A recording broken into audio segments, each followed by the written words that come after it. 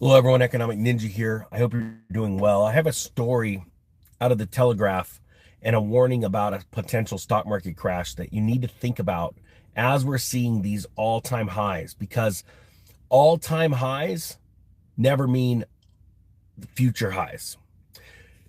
The stock market, the housing market goes up over time because of constant money printing. Sometimes there is a ton of money printing and stocks go up exponentially. And then there are times where money is pulled back.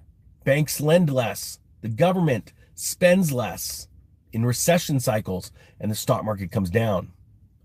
I want to read this story, but I want you to understand one thing that's very important. There are a lot of YouTubers talking about the GDP number, how it keeps rising or it's staying steady. Then it just looks good. One of the biggest indicators of contributors of the GDP is government spending. Type 1 if you agree the government continues to spend like a drunken sailor. This big, beautiful bill only allowed them to do more. Another thing about GDP that's very important you need to understand is that household spending is part of that. Well, it doesn't mean if household spending went up that people had more money.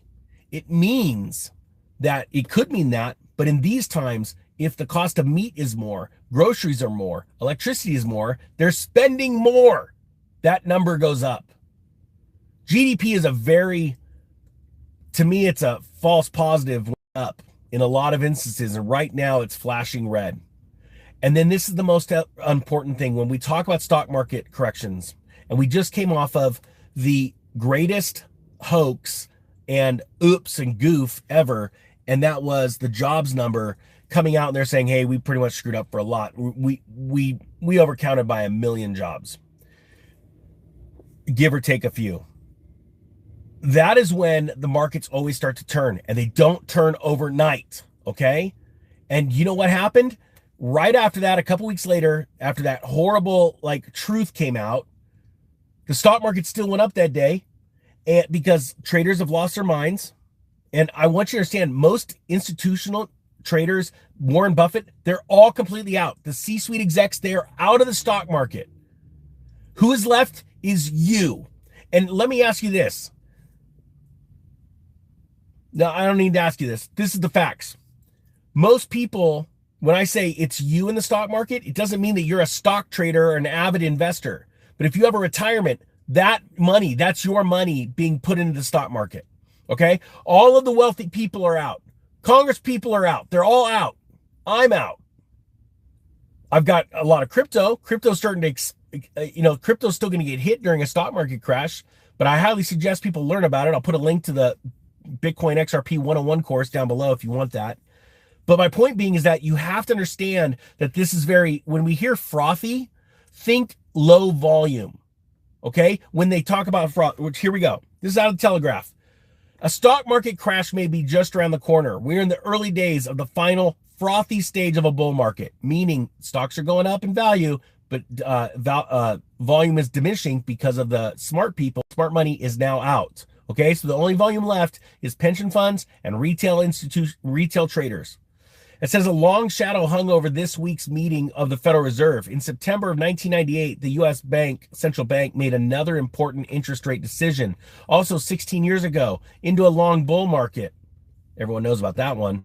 It turned out to be more consequential than investors would have foreseen at the time, inadvertently kicking off one of the stock market's most dramatic melt-ups. Once in a generation or so, investors take leave of their senses. They are gripped by mania. That's what's happening right now. I'm seeing that in the crypto markets with just completely stupid projects, NFTs, meme coins, and now you got creator coins. People are losing their ever-loving minds. And add to it all of the liberals out there that can't even listen to the truth. Type yes or no if you agree with that. You're seeing people losing their minds. This is what comes as an empire begins to fail. It starts when we start to validate and get excited about celebrity chefs and food because the country's gotten so rich. Then the sports get bloodier. This happened in Roman times and Greek times also. Then they start to have these social programs that pump money into people and give them a reason to be lazy. This is what happens when an empire gets so rich. It starts to do all this crap and then it collapses. Okay? Now it says here, these people are gripped by a mania. Greed overwhelms fear until the music stops and those emotions are dramatically reversed. For anyone who lives through such a period, this shapes their attitude to investing and, in extreme cases, such as the Great Depression, their entire worldview. It says here, early in the author's investing career, I witnessed behavioral excesses in both directions. They made me hypersensitive to signs of both irrational exuberance and extreme pessimism. The last time there was irrational exuberance in the markets, that was really made public, was when Alan Greenspan famously spoke about this in front of Congress during the dot-com bubble mania, prior to it popping. Okay? We are seeing that right now with the FANG stocks, the certain cryptocurrencies. This is a mania. Okay? This is why you have to be prepared. And remember, gold and silver always take a hit when the stock market takes a hit. Why? Why? Because of liquidity.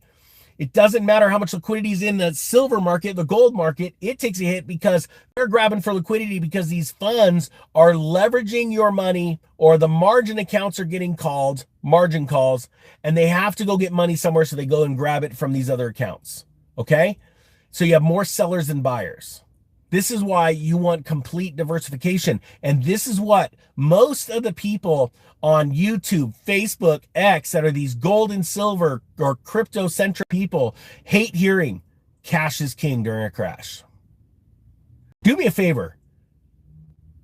Type 10 if you agree that cash is king during a crash. Type 9 if you say, I don't want cash. Cash is trash. I'm really curious what you think.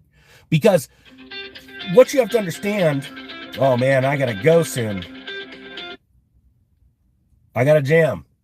But this is something you need to be worried about, because if you're not diversified, and part of that being cash or cash equivalents like bonds, or maybe even stable coins making 4.5% right now, you're gonna be out in the wind. All right, that's all I got. Yeah, I'm a ninja is out.